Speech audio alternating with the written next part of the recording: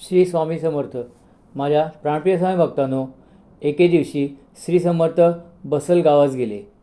अक्कलकोटापासून हा गाव साधारण 6 कोस आहे. ते गावाबाहेर माळावर जाऊन बसले. मागाहून काशीनाथ पंत, गणपतराव वगैरे मंडळी आली. दर्शन घेऊन खाली बसली. तो महाराजांची आज्ञा झाली की गावात जाऊन मी आलो म्हणून नथणीस सांग. पंतांनी आज्ञेप्रमाणे देवीस जाऊन सांगितले. मागाहून भवानीच्या देवळात आपणही गेले.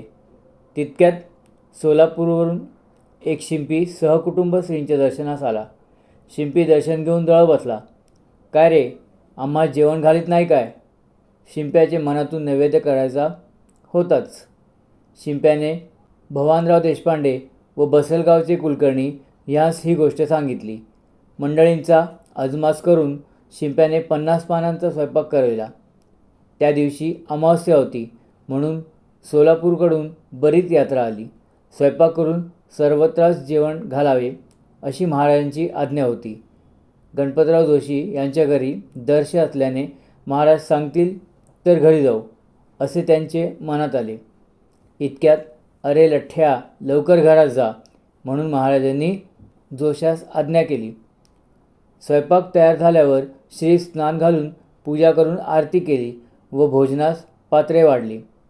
सर्वत्रास भोजन घालावे म्हणून महाराजांची आज्ञा होती. त्याप्रमाणे पंक्तीवर पंक्ती बसू लागल्या.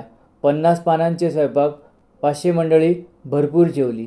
सर्वांचे मागून शिंपी याने मुलाबाळांसह प्रसाद घेतला व तो महाराजांसमोर येऊन बसला. त्याला संबंधाची बाधा होती. मंडळी जवळ बसली. संबंध शिंप्याच्या अंगात संचार करून डुलू लागला व मस्ती करू लागला व मोठ्याने ओरडून संन्याशास असले खेळ कशाला पाहिजेत म्हणून बोलू व नाचू लागला. बराच वेळ याप्रमाणे चेष्टा झाली. महाराज एक शिवी हासडून म्हणाले, मुसक्या बांधाऱ्या याच्या, असे म्हणताच तो हातपाय लुळे होऊन खाली पडला. नंतर महाराजांचे पाया पडून मी अनाथ आहे, मजवर महाराजांनी कृपा करून मजला गती द्यावी अशी प्रार्थना करून वारंवार पाया पडे. हे पाहून समर्थांनी कृपा करून त्यास गती दिली. पुढे तो शिंपी महाराजांचा निरोप घेऊन आपल्या गावी परत गेला आणि दर पौर्णिमेस अक्कलकोटात समर्थांची वारी तो करीत असे. श्री स्वामी समर्थ.